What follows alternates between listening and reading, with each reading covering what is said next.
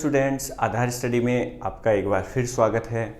Students, हमने जो lab assistant की वैकेंसी अभी आई है उसके लिए फिजिक्स की क्लासेस शुरू कर दी है। अपनी एक क्लास हो चुकी है जिसमें मैंने पहले यूनिट का इंट्रोडक्शन दिया था, उसमें हमने कुछ घूर्णन गति के बारे में पढ़ा भी था। आज उसी क्लास को आगे बढ़ाते हैं। साथियों, ये जो टॉपिक चल रहा है ये लैब असिस्टेंट के लिए नहीं, अगर आप सेकेंड ग्रेड की तैयारी कर रहे हो साइंस से तो उसके लिए भी महत्वपूर्ण है। अगर आप लोग फर्स्ट ग्रेड की तैयारी कर रहे हो तो भी उसके लिए ये टॉपिक महत्वपूर्ण है। तो आज की क्लास को हम आगे शुरू करते हैं कि उसके जो अपन ने लास्ट क्लास पढ़ी थी उसके आगे क्या। अगर आप लोगों ने पीछे वाली क्लास नहीं देखी है तो एक बार उसको ज़रूर देखना, उसका लिंक मैं डिस्क्रिप्शन में दे दूँगा। तो साथियों, वीडियो को शुरू करते हैं। देखो, वीडियो शुरू करने से पहले एक बार मैं फिर से बता दूं आप लोगों को कि मैंने तरीका आप लोगों को पढ़ने का बताया है कि आप लोग कुर्सी टेबल का उपयोग करना, बैठ के पढ़ना और नोट्स जो है हाथों हाथ बनाते जाना, क्योंकि वीडियो बार बार देखना थोड़ा पॉसिबल नहीं होता है। एग्ज़ाम टाइम में तो बिल्कुल भी पॉसिबल नहीं होगा, जब एग्ज़ाम नज़दीक होंगे तब, इसलिए उस समय नोट्स काम में आएंगे। तो नोट्स बहुत ज़रूरी है, नोट्स आप लोग बनाते चलना। तो आज जो घूर्णन गति है उसको स्टार्ट करने से पहले आपको एक टॉपिक और पढ़ना पड़ेगा। आप लोगों ने उसको 11th में पढ़ा होगा, कलन गणित जिसे बोलते हैं अपन। कलन गणित में एक अवकलन आता है और एक समाकलन आता है, ये जरूरी है आना। वैसे आप लोगों को आता होगा, फिर भी नहीं आता तो मैं थोड़ा बेसिक इसका बता देता हूँ, जितना भी अपने को काम में आएगा वो अपन बात कर लेते हैं। तो देखो, न्यूटन ने एक गणित बनाई थी जिसे अपन बोलते हैं कलन गणित। क्या बोलते हैं? कलन गणित। देखो बच्चों, कलन गणित के दो भाग होते हैं। पहला है अवकलन और दूसरा है समाकलन। इनकी बात करेंगे तो पहले अवकलन की बात करते हैं कि अवकलन क्या है। एक तो हो गया, इसके दो पार्ट हैं, अवकलन और समाकलन। डिफरेंशिएशन जिसे अवकलन बोलते हैं और इंटीग्रेशन जो समाकलन कहलाता है। तो अवकलन में एक्चुअल में होता क्या है? अवकलन जो है वो हमेशा परिवर्तन की दर को बताता है। किसको बताता है? परिवर्तन की दर। किसके परिवर्तन की दर? तो देखो, इसको लिखने का तरीका कुछ ऐसा है, जैसे मान लो लिखा हुआ है dy/dx, ऐसे इसको लिखा जाता है।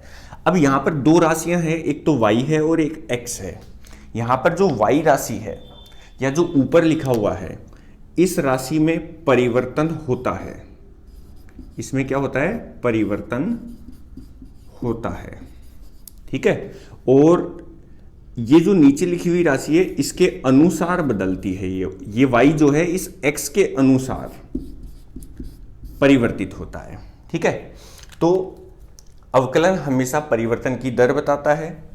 इसको इस तरीके से लिखा जाता है dy/dx। ऐसे अगर लिखा हुआ है तो जो ऊपर लिखा हुआ है, y ऊपर लिखा हुआ है, तो इसमें तो परिवर्तन हो रहा है। किसके अनुसार हो रहा है? x के अनुसार हो रहा है। मतलब अगर x बदल रहा है तो कौन बदल रहा है? y भी बदल रहा है। अब इसका मतलब क्या हुआ? इसका मतलब है y में x के सापेक्ष परिवर्तन की दर, उसी को अपन क्या बोलते हैं? अवकलन। देखो, एक एग्जाम्पल देता हूं। जैसे मान लो लिखा हुआ है एक समीकरण है y बराबर 2x², ऐसे एक समीकरण है। अब देखो, इसमें क्या है, अगर x का मान बदलेगा तो y का मान अलग से आएगा। जैसे मान लो इसमें अगर x का मान जो है वो 1 हो, x बराबर मान लो हम कितना मान ले? 1, तो देखो y बराबर कितना आएगा? x का मान 1 रखेंगे, 1 का स्क्वायर 1 हो जाएगा, 1 × 2, y का मान 2 आ जाएगा। ऐसे ही मान लो अगर x का मान 2 हो तो 2 का स्क्वायर 4, 4 दूने 8, y का मान कितना हो जाएगा? 8 हो जाएगा। मतलब जैसे जैसे अपन x को बदल रहे हैं वैसे वैसे y परिवर्तित हो रहा है, ठीक है। तो इस y में परिवर्तन की दर क्या है, उसी को अपन क्या बोलते हैं? अवकलन। मतलब अगर x में एकांक परिवर्तन, 1 का परिवर्तन किया जाए तो y में कितने का परिवर्तन होगा, इसी को क्या बोला जाता है? परिवर्तन की दर। और ये परिवर्तन की दर अपन निकालते हैं किससे? अवकलन से निकालते हैं। इतना है समझ में? अब इसको हल कैसे करते हैं? तो वैसे तो अवकलन के कई सारे सूत्र हैं, लेकिन इसमें दो सूत्र जो आप लोगों को विशेष ध्यान रखने हैं, क्योंकि ये दो सूत्र जो है वो ही बार बार आप लोगों को काम में आएंगे। देखो, दो सूत्र क्या है? तो साथियों ऐसे ध्यान रखना है इसको कि देखो, जैसे मान लो किसी जगह लिखा हुआ है जैसे मान लो कि x है दूरी, x क्या है दूरी, और t है अपना समय। अगर मान लो ऐसे कहा जाए कि समय के साथ दूरी में परिवर्तन हो रहा है, मतलब जैसे मान लो कोई कण यहाँ पर है t बराबर 0 समय पर, कुछ समय बाद में ये यहाँ पर पहुँच गया t बराबर 1 सेकंड पर, कुछ समय बाद में यहाँ पर पहुँच गया t बराबर 2 सेकंड पर। इसका मतलब समय के साथ इसकी दूरी में, इसके द्वारा तय की गई दूरी में क्या हो रहा है परिवर्तन हो रहा है। ठीक है, तो इसमें परिवर्तन की दर क्या है वो अपन अवकलन से ज्ञात करेंगे। कैसे लिखेंगे? अगर मान लो मैं दूरी में समय के साथ परिवर्तन की दर निकालना चाहूँ तो मैं कैसे लिखूंगा? dx/dt।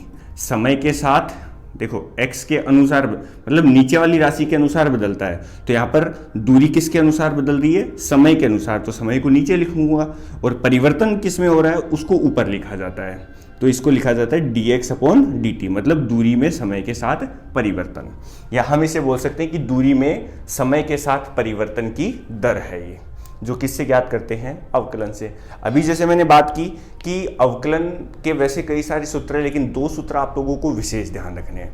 2 सूत्र देखो कौन कौन से हैं, सिंपल से 2 सूत्र, जिससे अपने को ये घूर्णन गति में कहीं समस्या नहीं आएगी, उसका इतना यहाँ पे काम हो जाएगा। जैसे मान लो यही राशि है, अगर मैं इसमें देखूं तो y में परिवर्तन हो रहा है x के अनुसार, तो इसको मैं कैसे लिखूंगा? dy/dx। y में परिवर्तन हो रहा है x के अनुसार। अब देखो y का मान हमें दे रखा है 2x², तो मैं इसको क्या लिख देता हूं? d/dx 2x²। अब इसका अवकलन कैसे करेंगे? जो घात होती है घात को आगे लेके जाएंगे अपन 2 के गुणा में, तो देखो 2 को अगर 2 से गुणा करूं मैं तो कितना हो जाएगा? 4, फिर ये हो जाएगा x, और 2 जो घात है उसमें से 1 कम कर देंगे अपन, कितनी घात बच जाएगी? 1, तो dy/dx कितना हो जाएगा? 4x हो जाएगा। कितना हो जाएगा साथियों? 4x। ठीक है, अब देखो एक और एग्जांपल ले लेते हैं।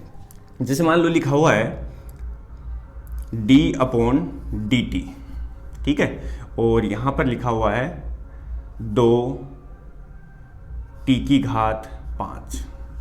ठीक है, इस बार यहां पर कोई राशि है जो t के समय के अनुसार बदल रही है, ऐसा एग्जांपल ले लेते हैं अपन। तो इसमें क्या हो जाएगा? अवकलन कैसे करना पड़ेगा? 5 को आगे लेके जाना पड़ेगा, यानी 5 दूने 10t, और घात में से 1 कम कर देंगे तो ये कितना हो जाएगा? 4, तो 10t⁴। इसका क्या हो गया? अवकलन हो गया। आया समझ में इतना? जैसे एक और एग्जांपल ले लेते हैं। मान लो ऐसा लिखा हुआ है कि d/dt, और यहां पर केवल 2 लिखा हुआ है, ये दूसरा सूत्र है। यहां पर क्या लिखा हुआ है? 2, केवल 2 लिखा हुआ है। जैसे इसमें t के सापेक्ष अवकलन कर रहे हैं तो t यहां पे आ रहा है, यहां पर x के सापेक्ष अवकलन कर रहे हैं तो यहां पर x आ रहा है, लेकिन यहां पर देखो t के सापेक्ष अवकलन कर रहे हैं लेकिन t नहीं आ रहा। तब क्या बोलेंगे अपन कि समय के अनुसार ये 2 तो कभी भी नहीं बदल सकता, मतलब आप लोग इसमें t का मान नहीं लिख सकते, मतलब ये कांस्टेंट राशि है, ये बदल नहीं सकती यानी परिवर्तन नहीं हो सकता इसमें। अगर परिवर्तन नहीं हो सकता तो इसकी परिवर्तन की दर भी कितनी होगी? 0। इसलिए जो भी कोई कांस्टेंट राशि होती है, कांस्टेंट राशि का अवकलन हमेशा 0 आता है। ठीक है, जैसे मान लो मैं अवकलन करूं x के सापेक्ष किसका? 10 का। अब x के अनुसार 10 कभी भी नहीं बदल सकता, 10 जो है वो हमेशा फिक्स रहता है, 10 जो है वो हमेशा 10 ही रहेगा, कभी भी इसका मान नहीं बदलता। तो इसका मतलब क्या है कि 10 में परिवर्तन की दर कितनी है? 0 है, क्योंकि इसमें तो परिवर्तन हो नहीं सकता, परिवर्तन नहीं हो सकता, तो इसका अवकलन कितना आ जाएगा? 0। मतलब आप लोगों को 2 बातें ध्यान रखनी है इसमें। ठीक है, 2 बातें कौन सी? अगर कोई परिवर्तनशील राशि है तो घात को आगे ले जाओगे, घात में से 1 कम कर दोगे। अगर कोई कांस्टेंट राशि है तो कांस्टेंट राशि का अवकलन हमेशा कितना होता है? 0 होता है। ये 2 बातें ध्यान रखनी है, क्योंकि देखो मैं अभी इसमें अवकलन में ज़्यादा टाइम वेस्ट नहीं करना चाहता, क्योंकि अवकलन आप लोगों ने 11th क्लास में पढ़ा है, बस मैं आप लोगों को थोड़ा रिवाइज करने के लिए बता रहा हूँ। ठीक है, वैसे इसके कई सारे सूत्र हैं, वो सारे सूत्र हमें अभी नहीं देखने। ठीक है, अब देखो कुछ और एग्जाम्पल लेते हैं अपन इसके, जिससे आप लोगों को कोई भी डाउट नहीं रहना चाहिए इसमें, क्योंकि ये हमें बार बार काम में आएगा। ये मान लो लिखा हुआ है कि एक राशि है y बराबर 5x², मान लो ऐसा लिखा हुआ है, और हमें कहा जाए कि y में समय के साथ परिवर्तन क्या होगा। ठीक है, ध्यान से सुनना जो मैं बता रहा हूं। लिखा हुआ है y बराबर 5x²। तो बताओ y में समय के साथ, t यहां पर समय है मान लो, तो समय के साथ परिवर्तन की दर क्या है, y में t के अनुसार क्या परिवर्तन हो रहा है।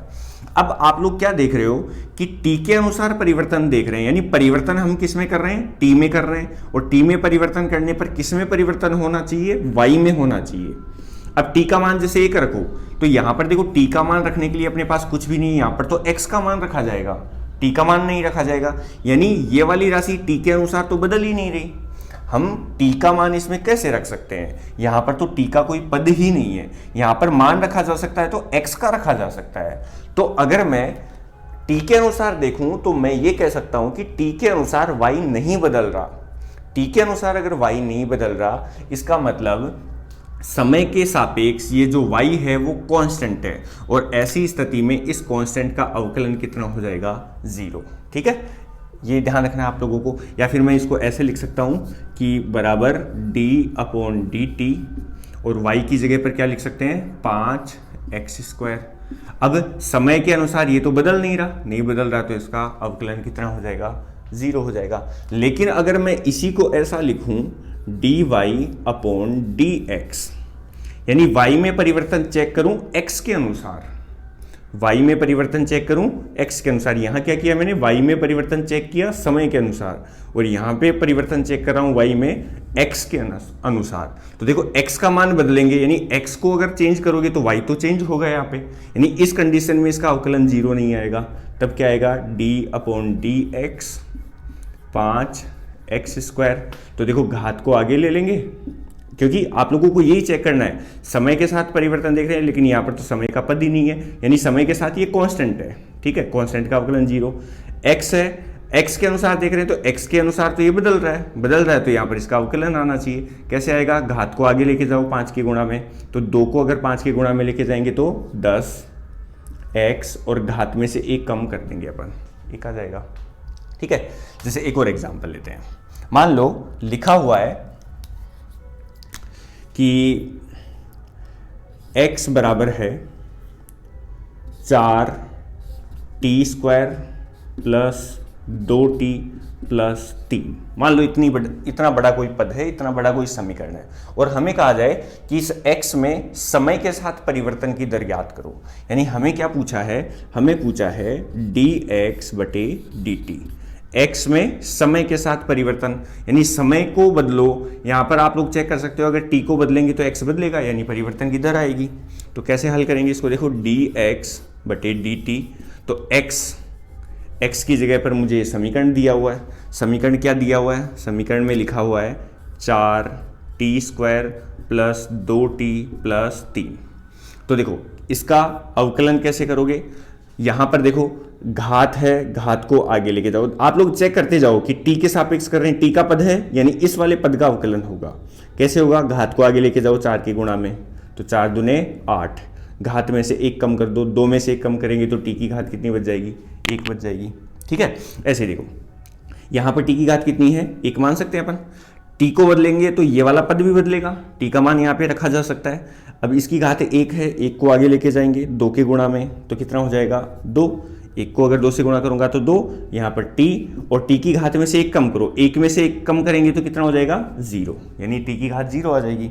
अब तीसरा पद देखते हैं, इस पद में t का पद ही नहीं है, मतलब t के अनुसार ये 3 नहीं बदल सकता, 3 एक अकेला कांस्टेंट बच गया यहाँ पे, क्योंकि t का मान मैं यहाँ पर नहीं रख सकता, यहाँ पर नहीं रख सकता, तो 3 कभी भी नहीं बदल पाएगा, 3 कभी भी नहीं बदल पाएगा, तो इसका अवकलन क्या हो जाएगा 0, क्योंकि मैंने बताया था कि कांस्टेंट का अवकलन क्या होता है, 0 होता है। आगे देखो ये कितना हो जाएगा 8t प्लस, अब किसी भी राशि की घात अगर 0 है तो वो हमेशा 1 होता है, याद रखना। जैसे t की घात 0 है, इसका मतलब t का मान कितना हो गया 1, तो यहाँ पर केवल कितना बच जाएगा 2। तो यहाँ पर इस वाले पद का अवकलन कितना आएगा 8t प्लस 2। देखो इतना आप लोगों को आता होगा, अगर इतना आप लोगों को आता है तो आप लोगों को बिल्कुल भी इसमें समस्या नहीं आएगी, आप लोग अवकलन को आसानी से समझ सकते हो। ठीक है बच्चों, तो इतना तो ये हो गया। अब इसका दूसरा पार्ट देखते हैं। ठीक है, दूसरा पार्ट जो है उसे बोलते हैं अपन समाकलन। देखो इस पर डायरेक्ट कोई क्वेश्चन नहीं आएगा, मैं आप लोगों को इसलिए पढ़ा रहा हूँ ये क्योंकि जब अपन आगे पढ़ेंगे तो इनका उपयोग होगा बार बार। अवकलन समाकलन जो है हम बार बार काम में लेंगे, तो इसलिए आप लोगों को आगे कोई समझने में समस्या नहीं आए, इसलिए मैं आप लोगों को अभी ये समझा रहा हूँ।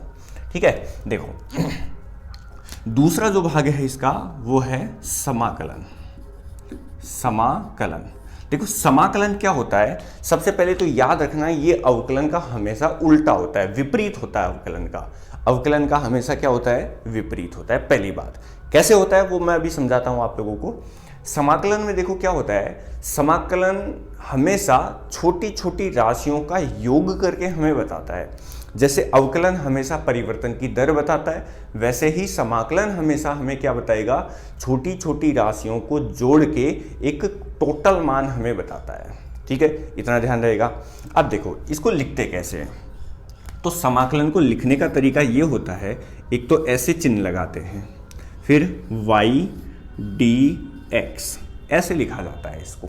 ठीक है, अब ये इसका जो बाद में x लिखा हुआ है इसका मतलब है x के सापेक्ष y का क्या कर रहे हैं अपन, समाकलन कर रहे हैं। x के सापेक्ष समाकलन यहाँ किसका हो रहा है, इस वाले पद का हो रहा है। y का समाकलन हो रहा है किसके अनुसार हो रहा है, x के अनुसार हो रहा है। ठीक है, अब देखो इसमें भी आप लोगों को सिंपल दो फॉर्मूले ध्यान रखने हैं। जैसे अवकलन में दो फॉर्मूले याद रखे हैं आप लोगों ने, वैसे ही समाकलन में भी दो फॉर्मूले ध्यान रखने हैं। वैसे फॉर्मूले बहुत सारे हैं, सारे फॉर्मूले नहीं देखने, केवल दो फॉर्मूले आप लोगों को देखने हैं। देखो जैसे मान लो लिखा हुआ है कि y बराबर 2x की घात 3। ठीक है, y का समाकलन करना है हमें x के सापेक्ष में। किसके सापेक्ष, x के सापेक्ष। जैसे मान लो मैं लिखूं समाकलन y, अब y की जगह पर क्या लिख सकते हैं अपन, 2x की घात 3 dx, इतना लिख सकते हैं। अब देखो इसका समाकलन कैसे करेंगे, अवकलन में तो क्या करते थे, घात को आगे लेके जाते थे और घात एक कम करते थे। इसमें उल्टा करते हैं, क्योंकि मैंने क्या कहा कि समाकलन जो होता है वो अवकलन का एकदम विपरीत होता है, उल्टा होता है। देखो जैसे समाकलन करेंगे हम, क्या समाकलन करने के बाद में चिन्ह हटा देते हैं। समाकलन में देखो क्या करते हैं, ये वाला पद 2 ऐसे कैसे आ जाएगा, x ऐसे कैसे आ जाएगा, और जो 3 है 3 में 1 जोड़ देंगे अपन, 3 + 1 ऐसे लिख देंगे। यानी घात में 1 जोड़ दिया जाता है। अवकलन में घात 1 घटाते थे, समाकलन में 1 घात जोड़ देते थे। अब देखो अवकलन में घात को गुणा में लेके जाते हैं, समाकलन में घात को भाग में लिखते हैं। मतलब जो घात यहाँ पर 3 + 1 आई उसको भाग में लिख देंगे अपन, बस यही समाकलन है। यानी इसका समाकलन क्या हो जाएगा, 2x की घात 4/4, ये इसका समाकलन हो गया। एक और एग्जाम्पल देखते हैं। जैसे मान लो मुझे समाकलन करना है 5x की घात 3 का x के सापेक्ष, तो समाकलन में क्या करेंगे, 5 ऐसे कैसे, x घात में 1 जोड़ेंगे तो 3 में 1 जोड़ेंगे तो कितना हो जाएगा, 4, और बटे में क्या आ जाएगा, 4। बस यही समाकलन हो गया इसका। आया समझ में, बहुत आसान है, सिंपल है, कोई दिक्कत नहीं आनी चाहिए इसमें। अब देखो एक तो ये हो गया। दूसरा देखते हैं कि कांस्टेंट का समाकलन क्या होता है। जैसे कांस्टेंट का अवकलन क्या होता है, 0, क्योंकि अवकलन बताता है परिवर्तन की दर, और परिवर्तन की दर मतलब राशि में परिवर्तन होना चाहिए। और कांस्टेंट तो एक नाम ही कांस्टेंट है, उसका नियत राशि है, वो कभी बदलती नहीं है, बदलती नहीं तो परिवर्तन की दर 0 होती है, इसलिए अवकलन 0 होता है। कांस्टेंट का अवकलन क्या होता है, 0, लेकिन समाकलन 0 नहीं होता है, याद रखना ये बात। समाकलन 0 नहीं होता है। समाकलन में देखो क्या होता है, जैसे मान लो समाकलन लिखा हुआ है 2 का x के सापेक्ष में, 2 कांस्टेंट है, 2 का मैं समाकलन कर रहा हूं किसके सापेक्ष, x के सापेक्ष, तो इसका समाकलन क्या आएगा, 2 ऐसे कैसे आ जाएगा, x के सापेक्ष समाकलन कर रहे हैं तो x और आ जाएगा, बस ये इसका समाकलन होगा। जैसे मान लो मैं समाकलन कर रहा हूं 4 का y के सापेक्ष में, तो ये कितना हो जाएगा, 4 ऐसे कैसे और y एक और आ जाएगा, बस ये समाकलन हो गया। ऐसे मान लो समाकलन 5dz लिखा हुआ है, तो इसका मतलब क्या है, z के सापेक्ष में 5 का समाकलन, यानी 5 और यहाँ पर क्या आ जाएगा, z, बस इतना सा है। तो ये आप लोगों को अवकलन और समाकलन अच्छे से आना चाहिए, इसमें कोई भी समस्या नहीं होनी चाहिए। अवकलन समाकलन पर बहुत सारे क्वेश्चन मिलेंगे अपने को, बार बार ये करना पड़ेगा। जब भी अपन कोणीय वेग, विस्थापन, त्वरण ये सब पढ़ेंगे तो मतलब संवेग पढ़ेंगे, ठीक है, बलाघूर्ण की गणना करेंगे, कोणीय संवेग संरक्षण का नियम देखेंगे, जड़त्वाघूर्ण की गणना करेंगे, तब हमें बार बार अवकलन समाकलन करना पड़ेगा।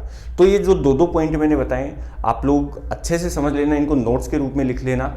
मैं आप लोगों को हल करने के लिए कुछ क्वेश्चंस दे देता हूँ जिससे आप लोग प्रैक्टिस हो जाएगी, ठीक है, प्रैक्टिस हो जाएगी, इससे समस्या नहीं आएगी आप लोगों को। देखो जैसे मैं अवकलन देता हूँ d/dx, ठीक है, x के सापेक्ष में अवकलन करना है। किसका करना है? 5x³ 3 + 4 का, ठीक है। एक तो ये क्वेश्चन है आप लोगों के लिए। एक और क्वेश्चन देता हूँ d/dt 4x³ -5 + 2x³2, ठीक है। एक इसका आप लोगों को अवकलन, ये दोनों अवकलन के लिए क्वेश्चन दिए हैं मैंने, 2 अवकलन आप लोगों को हल करने हैं। 2 मैं समाकलन के लिए भी दे देता हूं। जैसे समाकलन हमें करना है किसका? 3x² + 4 का, किसके सापेक्ष में? x के सापेक्ष में। ऐसे ही एक और क्वेश्चन दे देता हूं मैं। समाकलन आप लोगों को करना है 2√x + 5x, ठीक है। इसका आप लोगों को समाकलन करना है x के सापेक्ष में। तो 2 अवकलन के क्वेश्चन दिए हैं मैंने, 2 समाकलन के क्वेश्चन दिए हैं। ये क्वेश्चन आप लोगों को हल करने हैं। अगर ये क्वेश्चन आप लोग आसानी से हल कर पा रहे हो तो मेरे ख्याल से आप लोगों को इसमें बिल्कुल भी समस्या नहीं आएगी।